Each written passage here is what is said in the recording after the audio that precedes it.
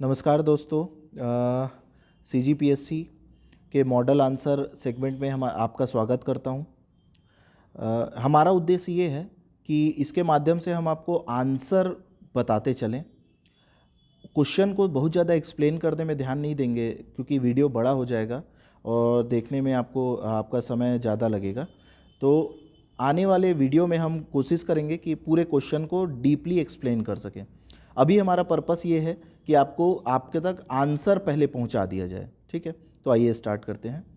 छत्तीसगढ़ में निम्नलिखित में से कौन से अति निम्न सिंचित जिले हैं?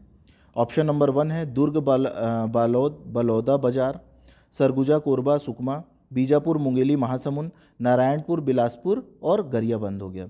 तो आप सबको पता है दोस्तों, इसका आंसर होगा आंसर नंबर डी। ठीक है, आंसर नंबर डी। उसके बाद आगे बढ़ते हैं। मड़वा ताप विद्युत संयंत्र की स्थापना निम्नलिखित में से किस जिले में की गई थी? मड़वा ताप विद्युत की स्थापना आप सबको पता है कि कहाँ किया गया है? जांजगीर चांपा में किया गया है। ठीक है, जांजगीर चांपा में किया गया है। मड़वा ताप विद्युत की स्थापना कहाँ किया गया है? जांजगीर चांपा में किया गया है। ठीक है, उसके बाद सर्वाधिक लिंगानुपात दंडकारण्य के दंतेवाड़ा एवं कोंडागांव में होने का कारण क्या है? ठीक है, सबसे ज़्यादा लिंगानुपात होने का कारण क्या है? इसका आंसर मुझे लगता है कि लेगा answer number D. Answer number D होना चाहिए इसका आंसर। लेकिन आयोग के ऊपर रहेगा कि ये क्या आंसर लेता है। एकदम एग्जैक्ट नहीं बताया जा सकता क्योंकि अगर आप ऑप्शन को पढ़ेंगे, पुरुष मृत्यु दर अधिक होना, तो ये तो हो ही नहीं सकता। कन्या भ्रूण हत्या का अभाव, कन्या भ्रूण हत्या का अभाव एक बहुत बड़ा कारण है लिंगानुपात के ज़्यादा होने का। अगम्य क्षेत्र होना और पिछड़ा क्षेत्र होना। अगम्य क्षेत्र होना बोला मतलब सही नहीं लगता, पिछड़ा क्षेत्र होना ज़्यादा सही लगता है। तो और ऑप्शन भी हम देखें तो कोई दो को लेना है, तो मुझे लगता है कि दूसरा और चौथा इसका सही आंसर होगा। ठीक है, आगे बढ़ते हैं दोस्तों। सीता नदी क्षेत्र किस वृक्ष की बहुलता है? सीता नदी क्षेत्र में किस वृक्ष की बाहुल्यता है? तो आप सबको पता है इसका आंसर साल वृक्ष होगा। इसका आंसर क्या होगा? साल वृक्ष होगा। ठीक है, चलिए आगे बढ़ते हैं। छत्तीसगढ़ के आर्थिक सर्वेक्षण 2021-22 के अनुसार वर्ष 2021-22 के स्थिर मूल्यों पर छत्तीसगढ़ की अर्थव्यवस्था के किस क्षेत्र में वृद्धि दर सर्वाधिक रही है? तो आप सबको पता है दोस्तों, सबसे ज़्यादा वृद्धि दर इस बार किस क्षेत्र में देखने को मिली है हमको? सेवा क्षेत्र में। किस क्षेत्र में देखने को मिली है? सेवा क्षेत्र में। तो इसका आंसर हो जाएगा सेवा क्षेत्र में देखने को मिली है। ठीक है, आगे बढ़ते हैं। छत्तीसगढ़ का आर्थिक सर्वेक्षण 21-22 के अनुसार वर्ष 2021-22 के स्थिर मूल्यों पर छत्तीसगढ़ की अर्थव्यवस्था के किस क्षेत्र में वृद्धि दर सबसे कम रही है? तो सबसे कम किस क्षेत्र की वृद्धि दर रही है? भंडारण की। सबसे कम किस क्षेत्र की रही है? भंडारण की रही है। ठीक है, तो भंडारण की वृद्धि दर सबसे कम रही है इस बार, हम सबको पता है। सातवां, छत्तीसगढ़ के आर्थिक सर्वेक्षण 21-22 के अनुसार छत्तीसगढ़ कृषि क्षेत्र के औसत वृद्धि दर स्थिर मूल्यों पर वर्ष 2012-13 से 2021-22 के मध्य रही है। औसत अगर हम बात करें तो हमारी औसत वृद्धि दर कितनी रही है? 5.09। ठीक है, 5.09। छत्तीसगढ़ राज्य के अनुसूचित जाति आयोग के वर्तमान अध्यक्ष कौन है? अनुसूचित जाति आयोग के वर्तमान अध्यक्ष कौन है? श्री के.पी. खांडे। श्री के.पी. खांडे। ठीक है, छत्तीसगढ़ की आर्थिक सर्वेक्षण 2021-22 के अनुसार दिसंबर 2020 की स्थिति में मध्याह्न भोजन में लाभान्वित छात्रों की संख्या कितनी है दोस्तों? तो इसका आंसर बहुत खोजने के बाद हमको मिला है, तो इसका आंसर होगा 27,97,000। कितना होगा? 27,97,000। देखो, ये सब जो क्वेश्चन पूछे जाते हैं ये अज्यूम नहीं किए जा सकते। ठीक है, तो ये एग्ज़ाम लेने पीएससी का ये प्रयास रहता है कि बच्चे कहाँ फंसाया जाए, तो इस टाइप का क्वेश्चन पूछा जाता है। ये पढ़ने के लायक क्वेश्चन था ही नहीं। छत्तीसगढ़ बजट अनुमान 2021-22 के अनुसार कुल राजस्व प्राप्ति में कर राजस्व का योगदान वित्तीय वर्ष 2021-22 में कितना था, तो कितना था 61.05%। कितना था 61.5%, 61.5%। ठीक है। छत्तीसगढ़ आर्थिक सर्वेक्षण 2021-22 के अनुसार छत्तीसगढ़ में वर्ष 2020-21 में किस तिलहन का सर्वाधिक उत्पादन हुआ है? तो कौन से तिलहन का सर्वाधिक उत्पादन हुआ है? ये है तिलहन सोयाबीन। सोयाबीन का उत्पादन सबसे ज़्यादा हुआ है। ठीक है। छत्तीसगढ़ आर्थिक सर्वेक्षण 2021-22 के अनुसार छत्तीसगढ़ के सकल राज्य घरेलू उत्पाद में वर्ष 2021-22 के स्थिर मूल्यों में कृषि, उद्योग और सेवा क्षेत्र का क्रमशः योगदान कितना रहा है? तो इसका आंसर होगा हमारा 16.73, 50.61, 32.66। ठीक है। रतनपुर के निम्नलिखित कलचुरी शासकों के शिलालेख एवं ताम्रलेख को उनकी प्राप्ति के स्थान से सुमेलित कीजिए। तो पृथ्वीदेव प्रथम, गोपाल देव, प्रतापमल और बाहर साय। तो इसका सही आंसर क्या होगा? Option number a. Option number A is right answer. ठीक है। इसके बाद नेक्स्ट क्वेश्चन देखते हैं। 14, रतनपुर के कलचुरी शासक रत्नदेव के सिक्कों में निम्नलिखित में से कौन सी विशेषताएं नहीं पाई जाती? ठीक है। तो इसका भी आंसर क्या होगा? ऑप्शन नंबर ए। उनके सिक्कों में सिंह, गजलक्ष्मी और मानवाकृति ये सब मिलती थी, लेकिन क्या नहीं मिलती थी? गज शार्दुल। गज शार्दुल प्राप्त नहीं होता था। गज शार्दुल की उपाधि भले लेते थे उन लोग। ठीक है। रतनपुर राज्य के कलचुरी शासक रघुनाथ सिंह को अपदस्थ कर रघुजी ने वहां पर कब नए प्रशासक को नियुक्त किया था? तो आप सबको पता है, बहुत आसान क्वेश्चन है। 1945। इसका आंसर क्या होगा? 1945। बस्तर रियासत के में भूमकाल विद्रोह के निम्नलिखित घटकों को तिथि से सुमेलित कीजिए। विद्रोह की घोषणा कब हुई? कुकानार पर आक्रमण कब हुआ? मुरिया राजा की घोषणा कब हुई? रानी सुबरन कुंवर की गिरफ्तारी कब हुई? तो आप सबको पता है दोस्तों, इसका आंसर क्या होगा? Option number B. Option number B होगा इसका आंसर। ठीक है। नेक्स्ट क्वेश्चन है, ई राघवेंद्र राव प्रथम बार मध्य प्रांत एवं बरार के कब मुख्यमंत्री बने? तो हम सबको पता है कि ई राघवेंद्र राव जो थे मध्य प्रांत एवं बरार के सबसे पहली बार मतलब मध्य प्रांत एवं बरार के कब मुख्यमंत्री अगर बने बोलेंगे तो इसका आंसर क्या होगा? 1936। इसका आंसर क्या होगा? 1936। ठीक है। सविनय अवज्ञा आंदोलन के तहत निम्नलिखित जंगल सत्याग्रहों को उनके प्रारंभ किए जाने की तिथियों से सुमेलित कीजिए। ठीक है। तो अगर उनको तिथियों से सुमेलित करोगे तो रुद्र जंगल सत्याग्रह, रुद्र जंगल सत्याग्रह, पोड़ी जंगल सत्याग्रह, तमोरा जंगल सत्याग्रह और पकरिया जंगल सत्याग्रह। तो आप सबको पता है रुद्र जंगल सत्याग्रह कब हुआ था? 22 अगस्त 1930 को। पोड़ी जंगल सत्याग्रह कब हुआ था? 7 अगस्त 1930 को। तमोरा जंगल सत्याग्रह कब हुआ था? 9 सितंबर 1930 को। पकरिया जंगल सत्याग्रह कब हुआ था? और 7 अक्टूबर 1930 को। ठीक है। तो इसका आंसर इस हिसाब से हो जाएगा सी। ये जिसका भी पीडीएफ है बहुत खतरनाक बनाया है, सी। ठीक है। चलिए आगे बढ़ते हैं। राजनांदगांव रियासत के शासक महंत घासीदास को ब्रिटिश शासन ने शासक होने का सनद कब प्रदान किया था? शासक होने का सनद इनको प्राप्त हुआ था 1865 को। कब प्राप्त हुआ था इनको? 1865 को। भक्ति आंदोलन के प्रसिद्ध संत वल्लभाचार्य का जन्म स्थान कौन सा है? तो आप सबको पता है इसका जन्म स्थान कौन सा है? चंपारण। इनका जन्म स्थान क्या था? चंपारण। वायु पुराण में महानदी का पौराणिक नाम क्या था? तो ये सबको पता है आपको, ये बहुत पुराना क्वेश्चन है, एक 2-3 बार रिपीट भी हो चुका है। नीलोत्पला। तो ये कौन, इसका आंसर क्या होगा? नीलोत्पला। बस्तर की कांगेर घाटी में निम्न में से कौन सा जलप्रपात स्थिर नहीं है? ठीक है, स्थित नहीं है।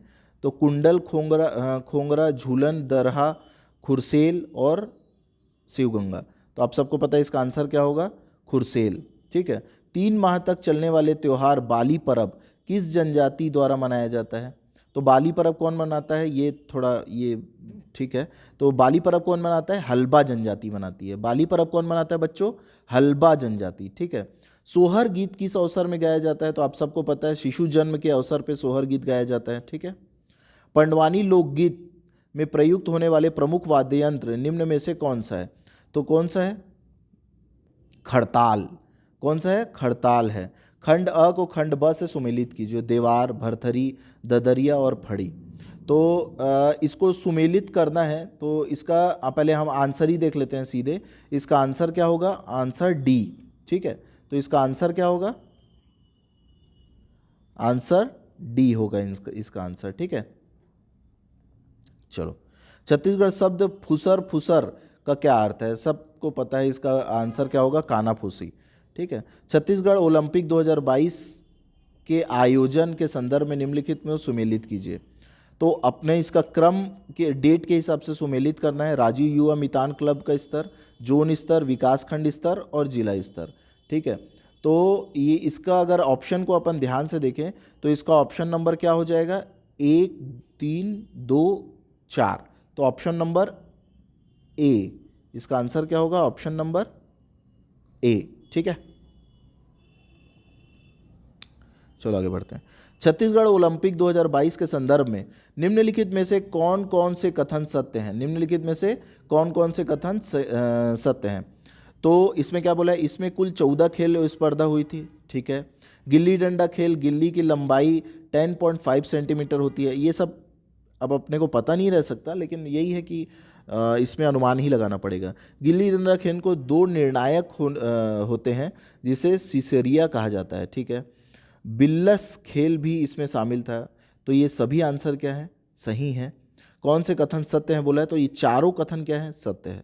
ठीक है। तो ऑप्शन नंबर ए इसका सही आंसर होगा। छत्तीसगढ़ के राष्ट्रीय आदिवासी नृत्य महोत्सव 2022 में शामिल देशों के बारे में सही कथन कौन कौन से हैं? ठीक है। तो इसका सही इसमें बोला है कि कौन कौन सा सही कथन इसमें सही है। तो इसमें क्या बोला है? इसमें 10 देशों के कलाकारों ने भाग लिया था। ठीक है। इसमें 10 देशों के कलाकारों ने भाग लिया था, तो पहला तो सही है। दूसरा क्या बोला है? Togo, Mozambique, Mongolia, Rwanda, Serbia. तो ये देश के लोग शामिल हुए थे कि नहीं हुए थे? इंडोनेशिया, मालदीव, न्यूजीलैंड, रसिया और इजिप्ट। ठीक है। तो इसका सही ऑप्शन क्या होगा? 1, 2 और 3। Option number D. Option number D is right answer. ठीक है बेटा, ऑप्शन नंबर डी। छत्तीसगढ़ के राष्ट्रीय आदिवासी नृत्य महोत्सव 2022 में प्रस्तुत नृत्य एवं संबंधित राज्यों को सुमेलित कीजिए। ठीक है। तो इसमें नृत्य जैसे चिराग, हारून, ढोलू कुनिया, लावा। ठीक है। तो इसको अपने को बताना है कि इसका राइट आंसर क्या होगा। तो इसका राइट आंसर होगा option number C. Option number C. ठीक है। मतलब पहला जो चिराग है उसका क्या हो जाएगा? मिजोरम। हारून का क्या हो जाएगा? उत्तराखंड। ढोलू कुनिया का क्या हो जाएगा? कर्नाटक। और लावा का क्या हो जाएगा? लक्षद्वीप। ठीक है, थैंक यू। चलिए आगे बढ़ते हैं। मुख्यमंत्री के भेंट मुलाकात के तहत माननीय मुख्यमंत्री श्री भूपेश बघेल ने डोंगरगढ़ प्रवास के दौरान निम्नलिखित जातियों को अनुसूचित जनजातियों में शामिल किए जाने की घोषणा की थी। तो आप सबको पता है कि जो डोंगरगढ़ प्रवास के दौरान 2-3 मुख्य काम किए थे माननीय मुख्यमंत्री जी भूपेश बघेल जी ने। पहला ये था कि जो स्पेलिंग मिस्टेक के कारण बहुत सारे हमारे आदिवासी भाइयों का जाति प्रमाण पत्र नहीं बन पाता था, तो उसको सुधारने का प्रयास किया गया था। और एक जनजाति थी हमारी जिसको अपन जानते हैं पारधी जनजाति। ठीक है। तो वो जो हमारी पारधी जनजाति है उनको किस में शामिल किया गया था? डोंगरगढ़ की पारधी जनजाति को शामिल किया गया था शेड्यूल्ड ट्राइब में। ठीक है, शेड्यूल्ड ट्राइब में शामिल किया गया था। चलिए आगे बढ़ते हैं। 4 जुलाई 2022 तक भुइयां पोर्टल में कुल कितने व्यक्तिगत वन अधिकार पत्र अपलोड किए गए हैं? इस क्वेश्चन का आंसर खोजने में भाई साहब हालत ख़राब हो गई। ठीक है। तो हमको जो डाटा प्राप्त हुआ है, ये मैं 100% इसमें श्योरिटी नहीं दिखा सकता। वैसे वेबसाइट में बहुत खोजने के बाद ये एक डाटा हमको प्राप्त हुआ, लेकिन ये एग्जैक्ट अपन बोल नहीं सकते इसको, ठीक है। तो 2,83,710 वन पत्र अपलोड किए जा चुके हैं अभी तक। हो सकता है कि और किए गए हों, ये आयोग के ऊपर इस आंसर को छोड़ना पड़ेगा बच्चों, कि जो आयोग ले ले वही है। वैसे अपने को अभी क्या समझ में आ रहा है, 2,83,710, ठीक है। तो इसमें कुछ हो सकता है, कुछ ऊपर नीचे हो जाए। माननीय मुख्यमंत्री द्वारा भेंट मुलाकात कार्यक्रम के दौरान राजनांदगांव विधानसभा क्षेत्र में भेंट मुलाकात कार्यक्रम का आयोजन कब किया गया था? राजनांदगांव क्षेत्र में इस भेंट मुलाकात कार्यक्रम का आयोजन कब किया गया था? 22 नवंबर 2022 को, 22 नवंबर 2022 को, ठीक है। इसके बाद बोला है, पूर्व आरबीआई गवर्नर श्री रघुराम राजन ने गोधन न्याय योजना 2022 में किस गौठान का भ्रमण किया है? कौन सा गौठान है? तो आप सबको पता है, नवा गांव का जो गौठान था उसका भ्रमण कौन किए थे? रघुराम राजन के द्वारा किया गया था। तो कौन से गौठान का भ्रमण किए हैं रघुराम राजन जी? नवा गांव गौठान का, ठीक है। चलिए आगे बढ़ते हैं। छत्तीसगढ़ राज्योत्सव 2022 के अलंकरणों से सम्मानित सम्मान एवं विभूतियों को सुमेलित कीजिए, ठीक है। पंडित लखनलाल मिश्र, ठीक है, पंडित लखनलाल मिश्र गुंडाधुर सम्मान, गुरु घासीदास सम्मान, ठाकुर प्यारेलाल सम्मान। तो आप सबको पता है दोस्तों कि जो पहला सम्मान है पंडित लखनलाल मिश्र सम्मान, वो लक्ष्मी प्रसाद जायसवाल को मिला है, ठीक है। और गुंडाधुर सम्मान किसको मिला है? अमितेश मिश्र को मिला है। गुरु घासीदास सम्मान किसको मिला है? खेमचंद भारती को मिला है। और ठाकुर प्यारेलाल सम्मान किसको मिला है? माननीय अशोक अग्रवाल जी को मिला है, ठीक है। तो इसका आंसर क्या हो जाएगा? ऑप्शन नंबर बी, ठीक है। छत्तीसगढ़ में बजट 2022 के अनुसार वर्ष 2021-22 के लिए छत्तीसगढ़ में जीएसडीपी के क्षेत्रवार घटक निम्नलिखित हैं, ठीक है। तो कृषि का कितना जीएसडीपी में कंट्रीब्यूशन है? तो एग्रीकल्चर का कंट्रीब्यूशन इस बार रहा है 20% का। उत्पादन कर, जिसको अपन एक्साइज ड्यूटी के नाम से बोलते हैं, और सब्सिडीज का अंतर कितना रहा है बोला जाएगा तो 7% का रहा है। सेवा क्षेत्र का बोला जाए तो 33% का रहा है। और उद्योग क्षेत्र का कितना रहा है? 40% का रहा है। तो इसका मतलब इसका ऑप्शन आंसर क्या होगा? ऑप्शन नंबर बी रहेगा, ठीक है। नेक्स्ट क्वेश्चन है हमारा, ई गवर्नेंस के संबंध में सूचना एवं प्रौद्योगिकी अधिनियम 2000 के निम्नलिखित प्रावधानों को सुमेलित कीजिए, ठीक है। रिकॉर्ड का कानून रिकॉर्ड की कानूनी मान्यता, ठीक है। इलेक्ट्रॉनिक हस्ताक्षरों का कानूनी मान्यता, सरकारी एवं उनकी एजेंसियों से इलेक्ट्रॉनिक रिकॉर्डों एवं इलेक्ट्रॉनिक हस्तांतरण का उपयोग, और इलेक्ट्रॉनिक राजपत्र के नियम विनियम आदि का प्रकाशन। तो ये क्वेश्चन मेरे को नहीं लगता ज़्यादा लोगों से बना होगा, और बन भी नहीं सकता कि ऐसा कौन इतना पढ़ के जाएगा, लेकिन फिर भी इसका आंसर तो आपको बताना ही पड़ेगा। तो आंसर होगा इसका आंसर नंबर बी। इसका मतलब है कि रिकॉर्डों की कानूनी मान्यता कौन से धारा के अंतर्गत शामिल होगी? धारा 4 के अंतर्गत शामिल होगी, ठीक है। इलेक्ट्रॉनिक हस्ताक्षरों की कानूनी मान्यता किसके अंतर्गत शामिल होगी? धारा 5 के अंतर्गत। सरकारी और उनकी एजेंसियों में इलेक्ट्रॉनिक रिकॉर्डों और इलेक्ट्रॉनिक हस्ताक्षर का उपयोग किस में शामिल होगा? धारा 6 में। और इलेक्ट्रॉनिक राजपत्र के नियम विनियम आदि का प्रकाशन किस में शामिल होगा? धारा 8 में शामिल होगा, ठीक है। चलिए बच्चों आगे बढ़ते हैं। ई गवर्नेंस के G2C के अभिप्राय है। G2C का क्या अभिप्राय है बच्चों? Government to citizen, government to citizen, ठीक है। आगे बढ़ते हैं। छत्तीसगढ़ के NEGP national e governance plan के तहत संचालित परियोजनाएं हैं। तो यह इसका आंसर भी बहुत लोगों से नहीं बना होगा, थोड़ा टफ क्वेश्चन था, ठीक है। इसका आंसर होगा 1 2 3 4, ठीक है। 1 2 3 4 मतलब स्टेट पावर एरिया नेटवर्क भी उसी के उसके अंतर्गत ही शामिल होता है, ठीक है। ई गवर्नेंस प्लान के अंतर्गत ही शामिल होता है। सिटीजन कॉन्टैक्ट सेंटर ये भी उसी के अंतर्गत आता है। कैपेसिटी बिल्डिंग भी उसी के अंतर्गत आता है। एग्रीसनेट और जो PDS चल रहा है वो तो आता ही है, PDS के बारे में तो सबको पता ही है, ठीक है। छत्तीसगढ़ में घोषित अनुसूचित क्षेत्र के संबंध में निम्नलिखित में से कौन कौन से सही हैं? ठीक है। अनुसूचित क्षेत्र के बारे में आप सबको पता है, घोषित अनुसूचित के संबंध में निम्नलिखित में से कौन कौन से सही हैं। ठीक है, मतलब इसमें ये पूछना चाह रहा है कि अनुसूचित क्षेत्र कौन कौन से हैं। तो आप सबको पता है सरगुजा तो है ही हमारा अनुसूचित क्षेत्र, सरगुजा संभाग ही पूरा अनुसूचित क्षेत्र, तो जसपुर तो हो गई। ठीक है, और सरगुजा क्षेत्र के बाद नीचे कोई जिला आता है जो अनुसूचित क्षेत्र है, तो वो क्या है, कोरबा। इसका मतलब कौन कौन सा सही है, संबंध में निम्नलिखित में से कौन कौन से सही हैं, तो 1, 2 और 4। ठीक है, बताओ ऑप्शन नंबर डी। इसमें बोला है छत्तीसगढ़ में संस्थानों आयोग के संदर्भ में निम्नलिखित में से सुमेलित कीजिए। ठीक है, तो इसमें क्या बोला है, ठाकुर प्यारेलाल ग्रामीण विकास संस्थान का उद्घाटन कब हुआ। ठीक है, इसमें बोला है, देखो ठाकुर प्यारेलाल ग्रामीण विकास संस्थान का उद्घाटन हुआ है आपका 2005 में। राज्य अल्पसंख्यक आयोग का गठन कब हुआ है, सबको पता है, राज्य अल्पसंख्यक आयोग का गठन 2001 में हुआ है। आदिम जाति अनुसंधान एवं प्रशिक्षण संस्थान की स्थापना कब की गई है, 2004 में।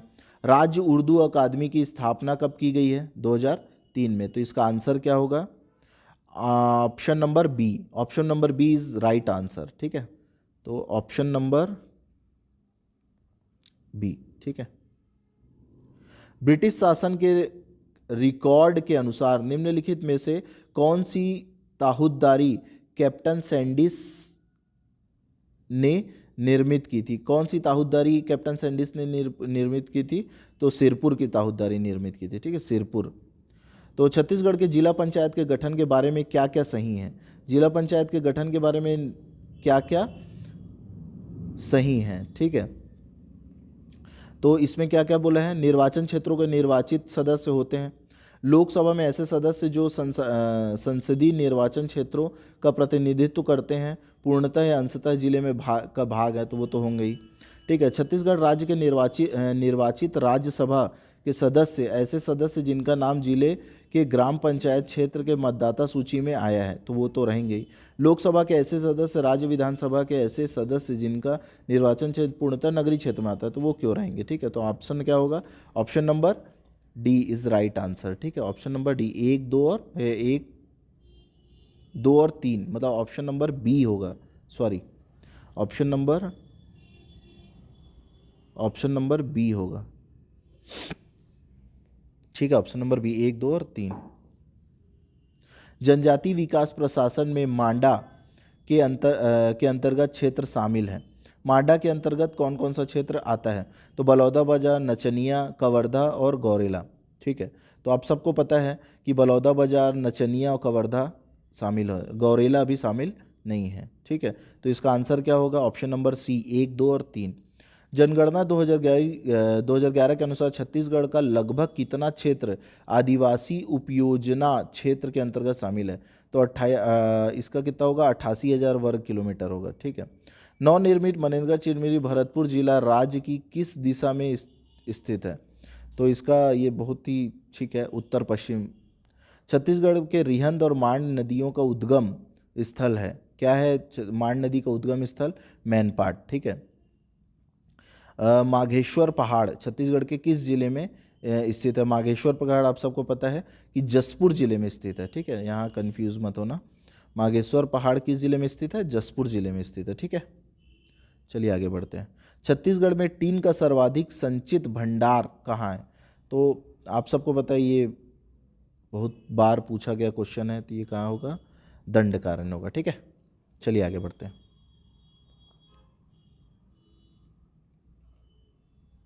क्वेश्चन नंबर 51, क्वेश्चन नंबर 51 हो गया। ठीक है, तो क्वेश्चन नंबर 51 बोला है, भारत और बांग्लादेश के बीच भूभाग क्षेत्रों के आदान प्रदान के लिए 100वां संविधान संशोधन अधिनियम 2015 में लाया गया था। इसके संदर्भ में निम्नलिखित में से क्या सही नहीं है।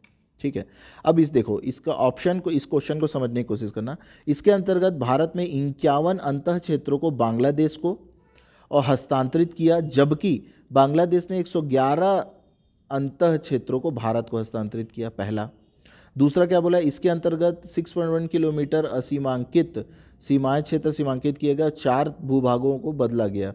इसके तहत 4 राज्यों के भूभागों को बदला गया, उपरोक्त में से कोई नहीं।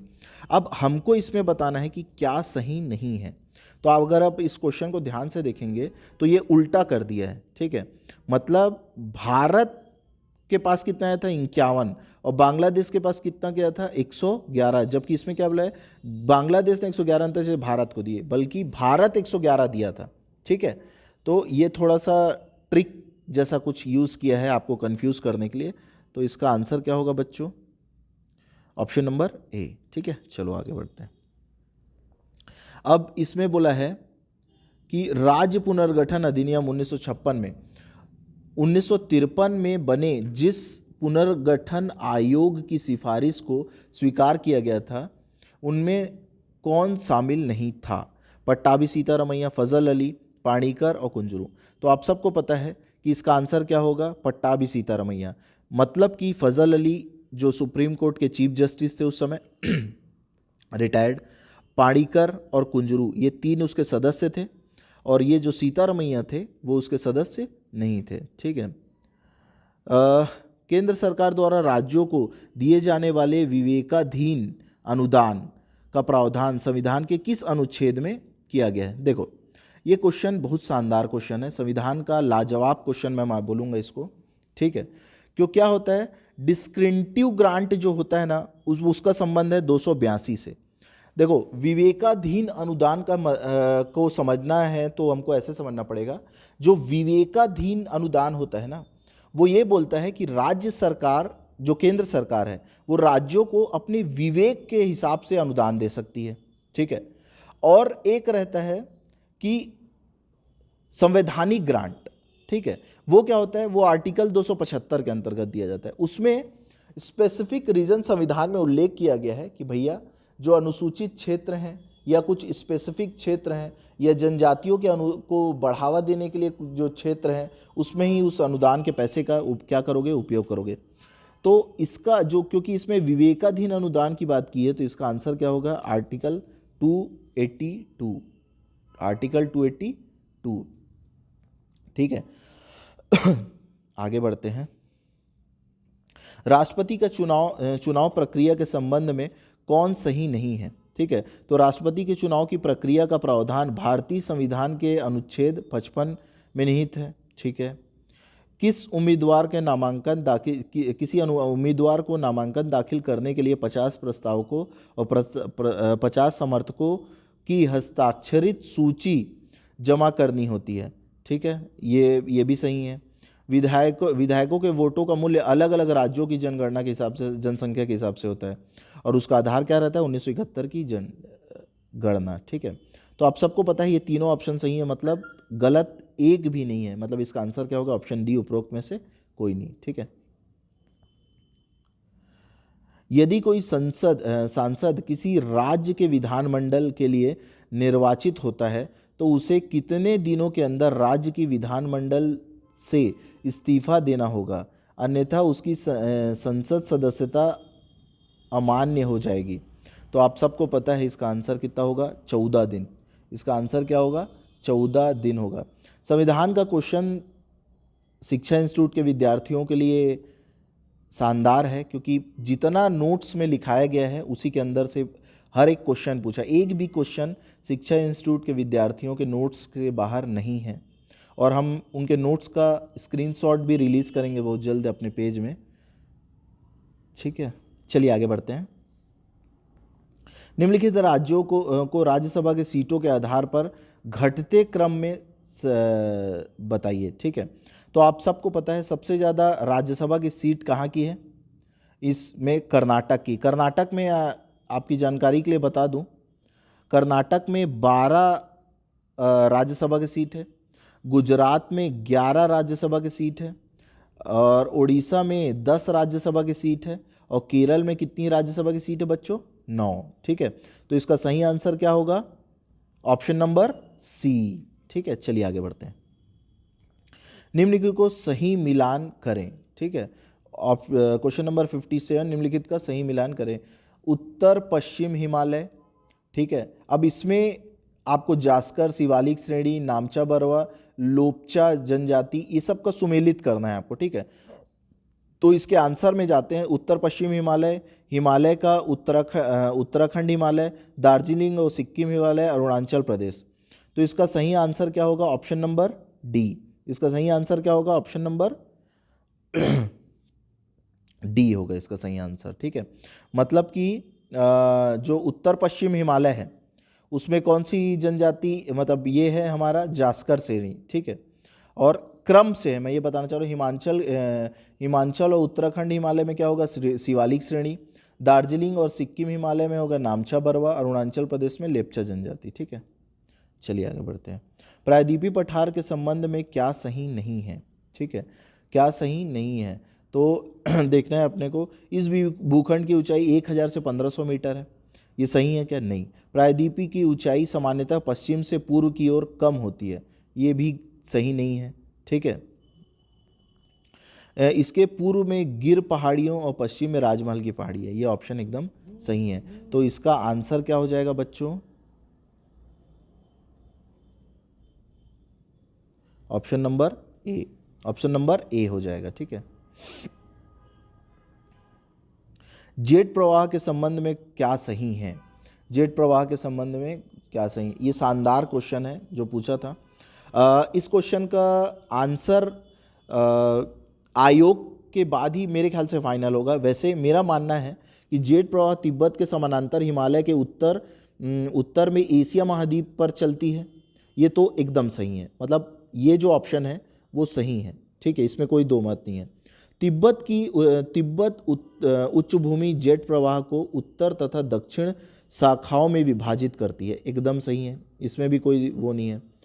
तीसरा ऑप्शन है जेट प्रवाह उत्तरी शाखा भारत के जाड़े में महत्वपूर्ण भूमिका निभाती है। ठीक है, तो इसमें थोड़ा सा वो है, डाउट है, लेकिन 99% वो शीतकाल में भी अपने को जेट स्ट्रीम देखने को मिलती है। ठीक है, तो ये भी सही लग रहा है। ठीक है, तो इसका मतलब ये है कि इसका सही आंसर होगा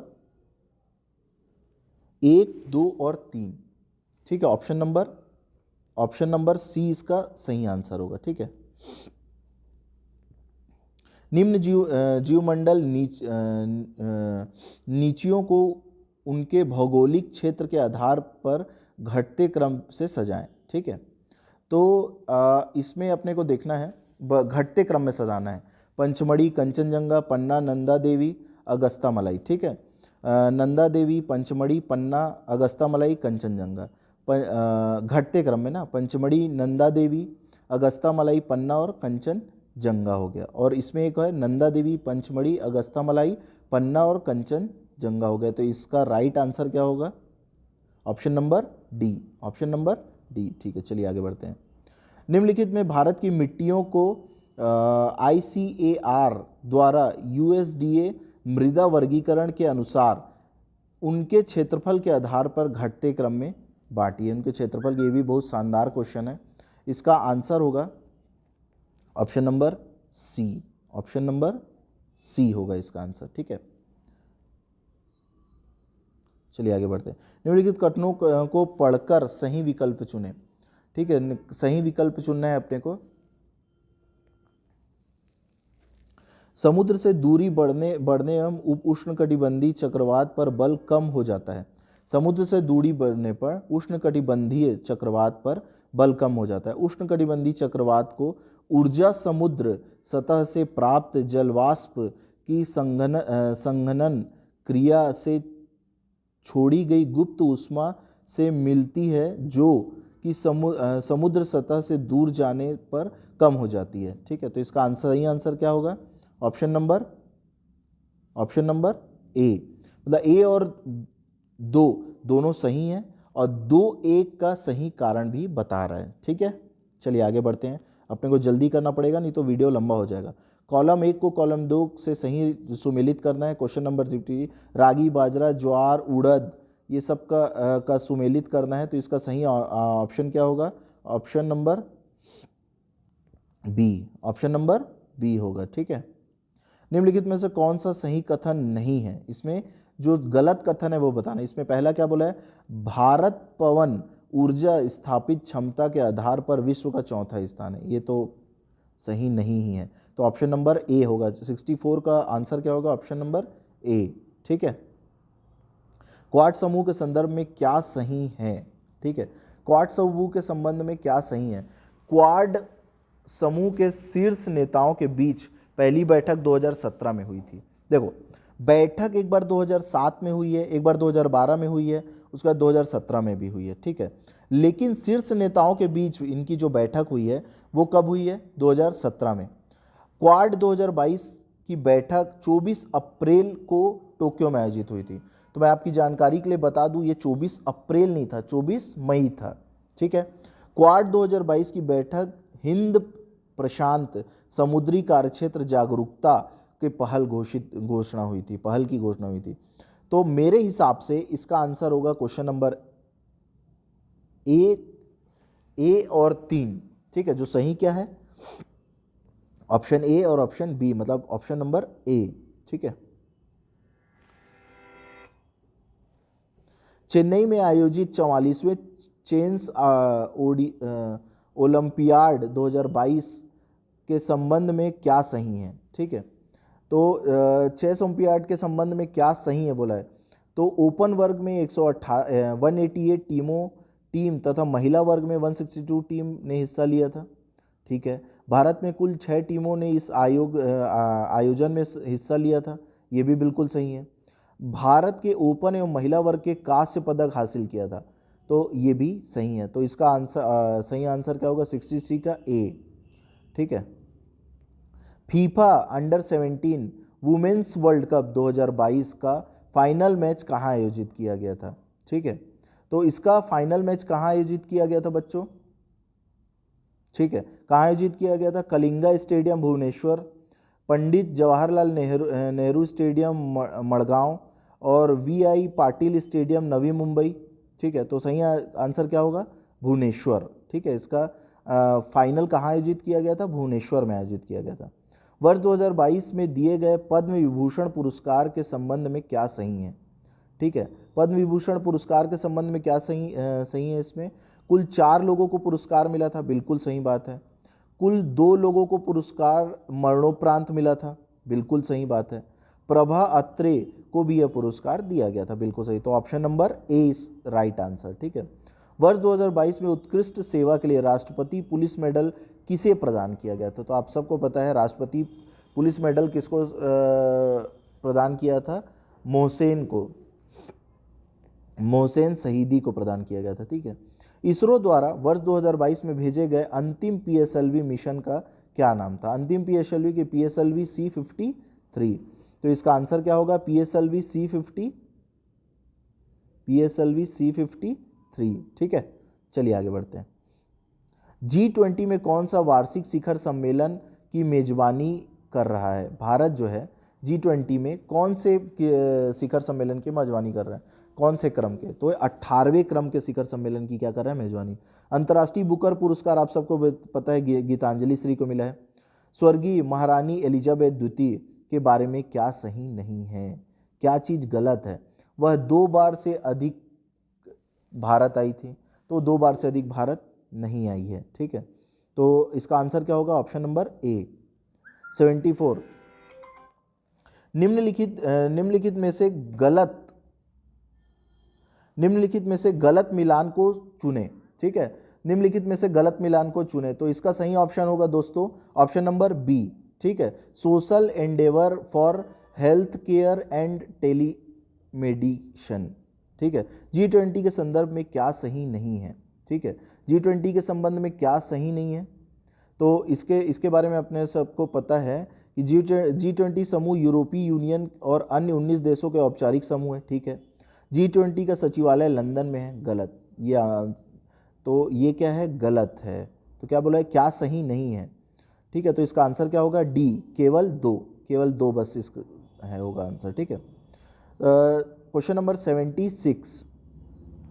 क्वेश्चन नंबर 76 बोला पूरा पाषाण काल, मध्य पाषाण काल, नव पाषाण काल, ताम्र पाषाण काल, गुफा और घाटी को सुमेलित करना है। ठीक है, तो आप सबको इसका आंसर होगा option number B, option number B. ठीक है,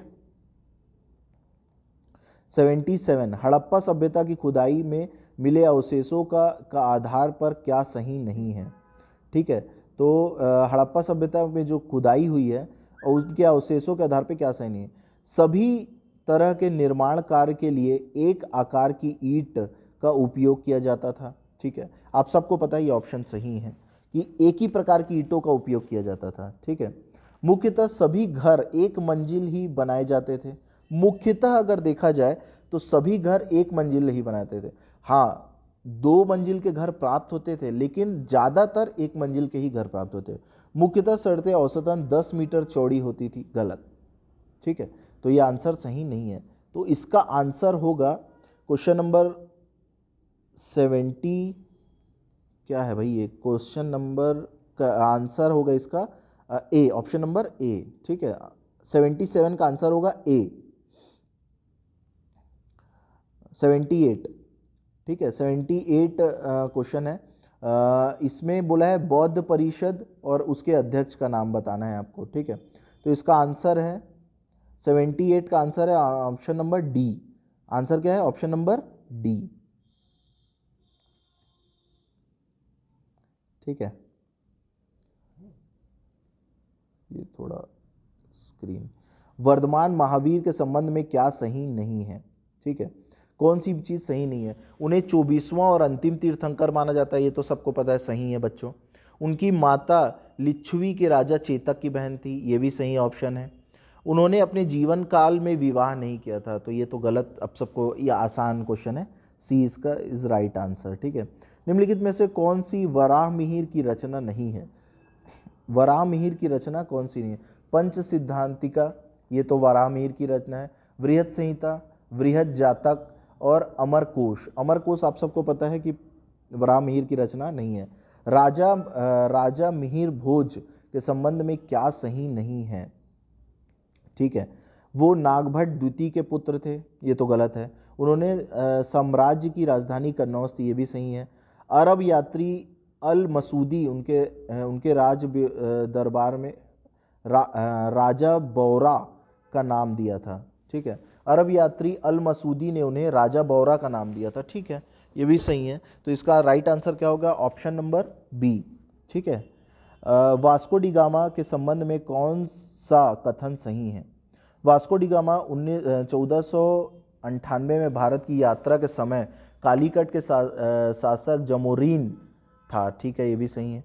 प्रथम जो एक सेकेंड, जमोरीन था, नहीं, जमोरीन उसका शासक नहीं था। ठीक है, प्रथम यात्रा वास्को डी गामा लगभग 1 साल तक भारत में रहा था, ये सही है। वास्को डी गामा ने पुनः 1501 में भारत की यात्रा की थी, ये भी सही है। तो इसका क्या बोला है? वास्को में कौन सा कथन सही है? जमोरीन इसका शासक तो था। ठीक है, तो क्वेश्चन नंबर 82 का सही आंसर क्या होगा? ठीक है, वास्को डी गामा 1948 में भारत की यात्रा के समय कालीकट का शासक कौन था? जमोरीन था। ठीक है, प्रथम यात्रा में वास्को डी गामा ने लगभग 1 साल तक भारत में रहा था, नहीं रहा था। वास्को डी गामा 1501 में भारत में आया था, नहीं भाई, 1498 में आया था। ठीक है, निम्नलिखित को सही मिलान करें। Question number 83। ठीक है, तो क्वेश्चन नंबर 83 का सही आंसर क्या है?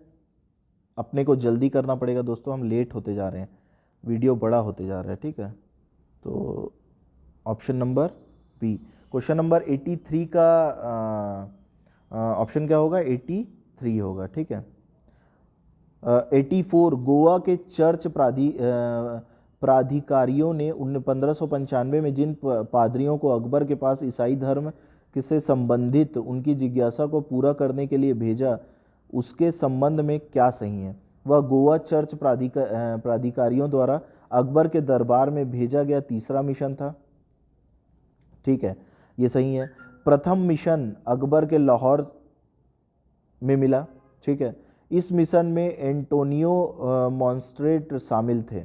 ठीक है, तो इसका आंसर क्या होगा? 1, 2 और 3, मतलब option number D is right answer. ठीक है, 84 का। डच कारखानों के बारे में हम सबको पता है कि अपन पढ़ते हैं डच कारखानों की स्थापना के बारे में। तो बिमलीपट्टम का जो कारखाना था वो 1641 में स्टार्ट किया गया था। ठीक है, बिमलीपट्टम का कारखाना 1641 में स्टार्ट किया गया था। कराईकल का कारखाना कब स्टार्ट किया गया था? 1645 में स्टार्ट किया था। कोचीन का कारखाना कब स्टार्ट किया गया था? 1663 में स्टार्ट किया था। चिंसुड़ा का कारखाना कब स्टार्ट किया गया था? 1653 में स्टार्ट किया गया था। ठीक है। अंबुर का युद्ध के संबंध में क्या सही नहीं है आपको बताना है। ठीक है, तो इसमें क्या बोला, यह लड़ाई 1752 में लड़ी गई थी, पहला ही सही नहीं है। ठीक है, ये गलत है आपका, ऑप्शन केवल एक। ठीक है, दो देख लेते हैं, दो भी दिया हुआ है। ठीक है, एक दो देख लेते हैं। इस युद्ध में मुजफ्फरजंग जंगल साहिब के फ्रांसीसी सेना, ये सही है। इस युद्ध में सेना का शामिल हार का सामना करना पड़ा। ठीक है, तो इसका आंसर क्या होगा बच्चों? Option number D. ठीक है, एडिसन निम्नलिखित में से कौन से कथन सही नहीं है? ठीक है, तो कौन से कथन सही नहीं है? इसमें क्या बोला है? किलिच खान के को मुबारिज खान के नाम से भी जाना जाता है। ठीक है, ये आगे देखते हैं। निजाम उल मुल्क का सक्र खेड़ा युद्ध में मुबारिज खान को हराया था। ठीक है, निजामुल मुल्क ने शक्र खेड़ा के युद्ध में मुबारिज खान को, हाँ, ये हराए थे। ठीक है, जुल्फ़िकार खान निजामुल मुल्क को आसफ रा की उपाधि से नवाजा था। ठीक है, तो इसका सही आंसर होगा 1 और 3। ठीक, option number B, option number B होगा। ठीक है, क्वेश्चन नंबर 87 का सही आंसर क्या है? Option number B. ठीक है, सन 1927 में हुए कांग्रेस के वार्षिक अधिवेशन के बारे में क्या सही नहीं है? ठीक है, क्या चीज़ गलत है अपने को बताना है। तो इसमें अपने को देखना है कि इस अधिवेशन की अध्यक्षता डॉक्टर एस अंसारी ने की थी। ठीक है, इस अधिवेशन में चीन, जापान और भारतीय सेनाओं के युद्ध लड़ने के लिए भेजने के खिलाफ प्रस्ताव पारित हुआ था? नहीं। इस अधिनियम में पूर्ण स्वराज के संकल्प को अपनाया गया था? नहीं। तो इसका सही आंसर क्या होगा? ऑप्शन नंबर बी, 2 और 3 होगा। प्लाज्मा अवस्था के बारे में क्या सही है? ठीक है, प्लाज्मा अवस्था के बारे में क्या सही है? तो इसमें क्या बोला, इस अवस्था में कण यानीकृत अवस्था में होते हैं। ठीक है, तो LED बल्ब की रोशनी में प्लाज्मा अवस्था से संबंधित है। ठीक है, सूर्य के प्रकाश भी प्लाज्मा अवस्था का एक उदाहरण है। तो आप देख सकते हैं कि इस 1 2 3 तीनों सही आंसर है, मतलब इसका राइट आंसर होगा आपका option number a, option number a. संयोजकता और तत्व और उसकी संयोजकता को सुमेलित करना है। ठीक है, तो इसमें आपको देखना है सिलिकॉन, फ्लोरीन, एल्युमिनियम, सल्फर। ठीक है, तो इसका सही आंसर होगा option number B, option number B इसका राइट आंसर। ठीक है, ऑप्शन नंबर बी। निम्नलिखित में से कौन से कथन सही हैं? पत्तियों में एपिडर्मिक में दिखे रहे छोटे छिद्रों को स्टोमेटा कहते हैं। ठीक है, अब दूसरा बोला है स्टोमेटा में स्थित रक्षी कोशिकाएं वायुमंडल में गैस के आदान प्रदान में सहायक होती है। वाष्पोत्सर्जन की क्रिया स्टोमेटा के द्वारा होती है। ठीक है, तो अब इसमें हमको बताना है कि कौन सा कथन सही है। तो आप देख सकते हैं कि इसका तीनों कथन सही है, तो option number D is right answer. ठीक है, option number D is right answer. ठीक है, चलिए आगे बढ़ते हैं। निम्न कार्बन यौगिकों को उनके गलनांक के घटते क्रम में सजाएं। ठीक है, तो इनका गलनांक का इसका ऑप्शन क्या होगा? ऑप्शन नंबर डी होगा। ठीक है, इसका आंसर क्या होगा? ऑप्शन नंबर डी होगा। ठीक है, 93 निम्न में से कौन सा सही नहीं है? ठीक है, मतलब आपको इसमें बताना है कि गलत कौन सा है। ठीक है, तो इसमें क्या बोला है? इसका आंसर होगा, मैं डायरेक्ट आंसर बता रहा हूँ क्योंकि वीडियो लंबा होते जा रहा है दोस्तों। ठीक है, तो option number C is right answer, मतलब इसका तीनों ऑप्शन गलत है। ठीक है, तीनों ऑप्शन क्या है? सही नहीं है। ठीक है, अगस्त 1932 में ब्रिटिश प्रधानमंत्री के दलितों के प्रतिनिधित्व संबंधी योजना की घोषणा की। इसे कम्युनल अवार्ड के नाम से जाना जाता है। ठीक है, गांधी जी ने इस योजना के विरोध में किस जेल में आमरण अनशन किया था? ठीक है, किस जेल में आमरण अनशन किया था? तो अब सबको पता है यरवदा के जेल में थे वो। ठीक है, तो ऑप्शन नंबर 94 का क्या होगा? यरवदा। जेल होगा। निम्नलिखित कथनों को पढ़कर सही विकल्प चुनिए। अधिक ऊंचाई में उड़ने वाले यात्रियों को आकाश काला प्रतीत होता है, ठीक है। दूसरा बोला है कि अधिक ऊंचाई में प्रकीर्णन सुस्पष्ट नहीं होते हैं, ठीक है। तो इसका है ए और बी दोनों सही तो है और दो एक की सही कारण भी बता रहा है, ठीक है। तो इसका आंसर क्या होगा? ऑप्शन नंबर ए, ठीक है, ऑप्शन नंबर ए। ये आ गया हमारे संविधान का क्वेश्चन। चार्टर्ड एक्ट 1813 के संदर्भ में क्या सही नहीं है? आपको सबको पता है, जब बच्चों को पढ़ा रहे थे उनके नोट्स में भी लिखा हुआ मिलेगा उनको कि ईसाई मिशनरियों को आने का एंट्री मिली 1813 के एक्ट से, ठीक है।